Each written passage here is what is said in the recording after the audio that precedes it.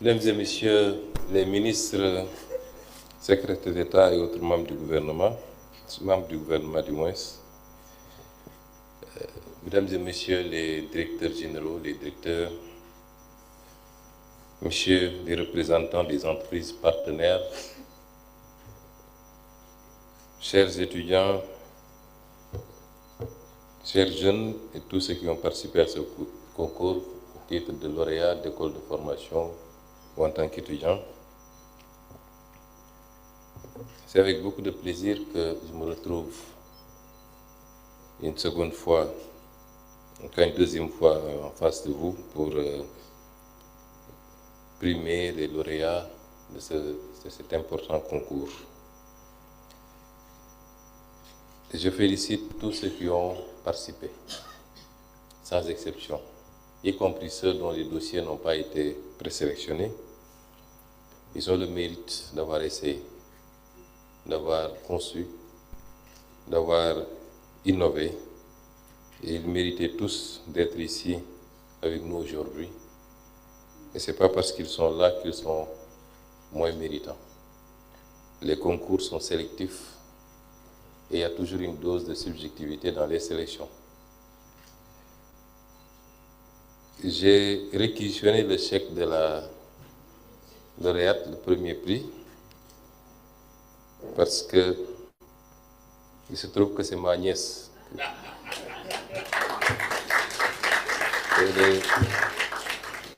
Elle est la fille à ma petite sœur et je vais lui garder ce chèque pour être sûr qu'il a été bien utilisé. Je peux vous rassurer qu'il n'a pas... J'ai découvert sa participation au concours lorsque je suis venu à Diamniadio. Elle m'a toujours caché être en train de faire des travaux dans ce sens. Ça a été une agréable surprise. C'est quand j'ai quitté le concours, parce que je n'avais pas assisté à la fin, qu'on m'a appelé pour dire qu'elle a remporté finalement le premier prix.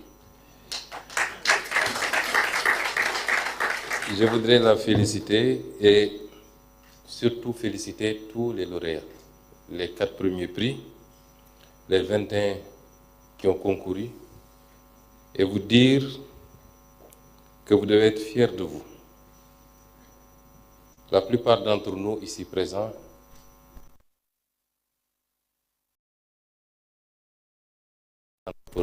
à votre âge. La plupart d'entre nous ici. Je ne dirais pas tout le monde parce qu'il y avait des génies.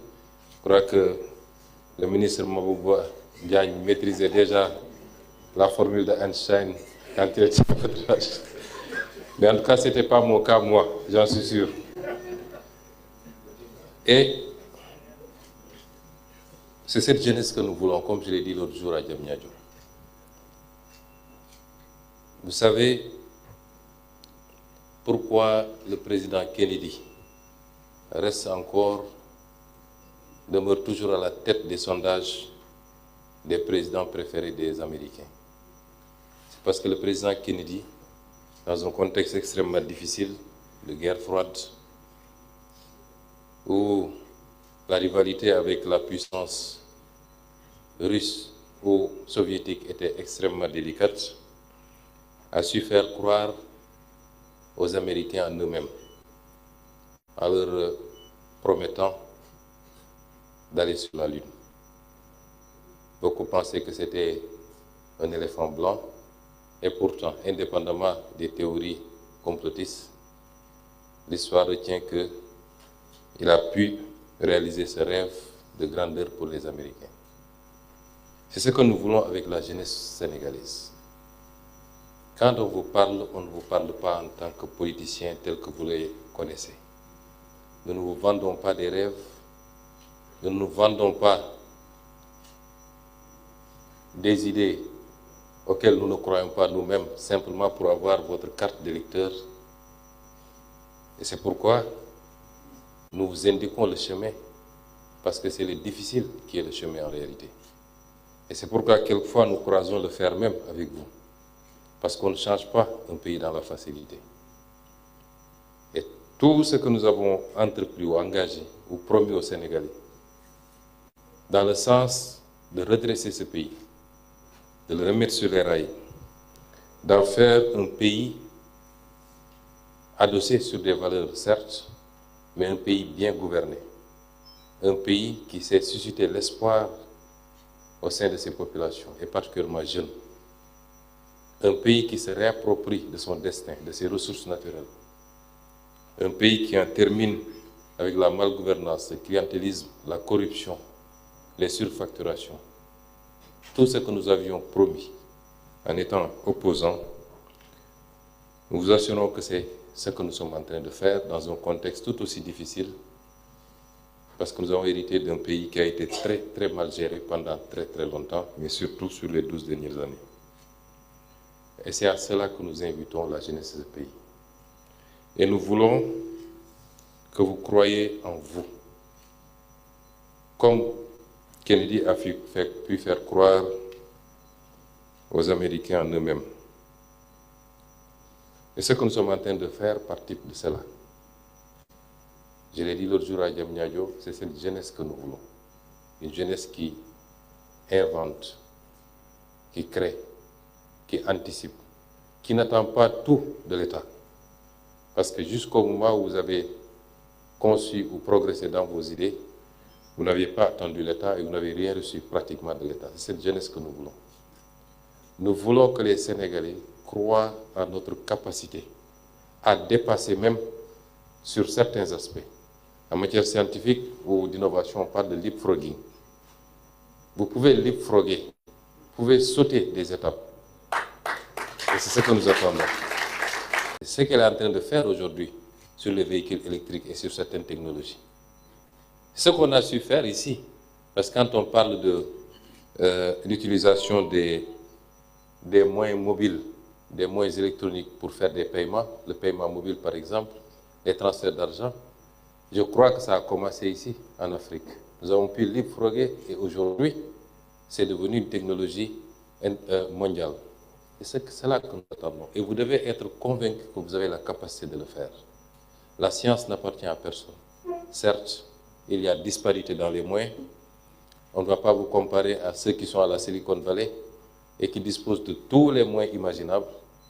Mais je pense qu'avec la ressource, la matière grise et le minimum d'accompagnement que nous allons faire et que nos partenaires vont faire à côté de nous, à défaut de pouvoir être sur ces standards mondiaux tout de suite et maintenant, le Sénégal peut ambitionner de se positionner comme leader en Afrique. Et ce serait déjà un grand pas.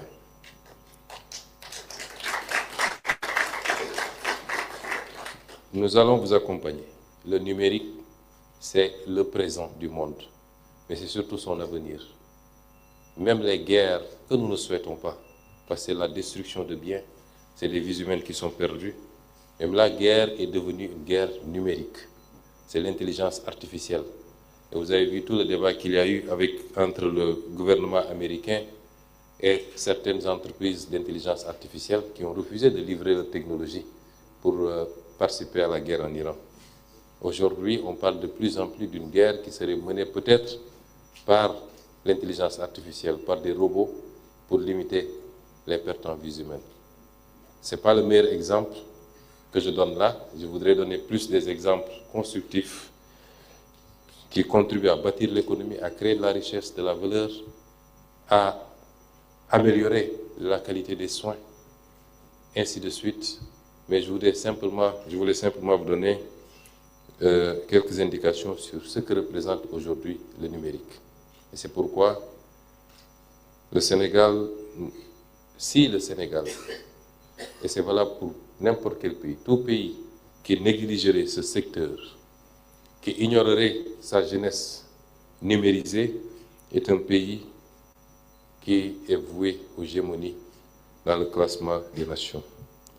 Et c'est pourquoi le gouvernement du Sénégal, à travers cette initiative portée par le ministère de la fonction publique, que je félicite une fois de plus, accompagné par le ministère des télécommunications et du numérique, a accordé et continuera à accorder énormément d'importance à ce concours qui sera amélioré d'année en année pour être sûr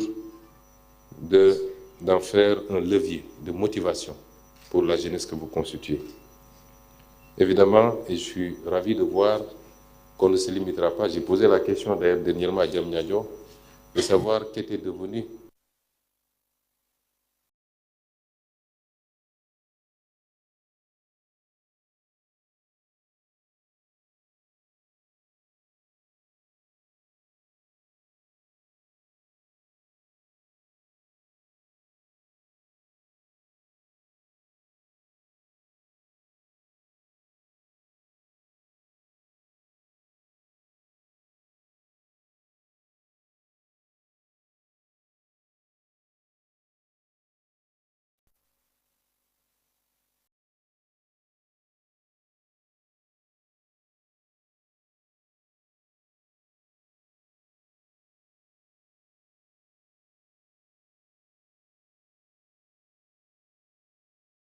Je voudrais encore une fois ici remercier et féliciter.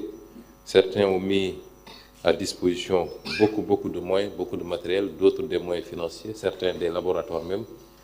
Je les félicite, les encourage et les exhorte à rester à nos côtés pour accompagner ces braves jeunes à représenter l'avenir de ce pays, à faire ce que nous n'avons pas pu faire peut-être, ou à le faire mieux que nous l'avons fait jusqu'à présent.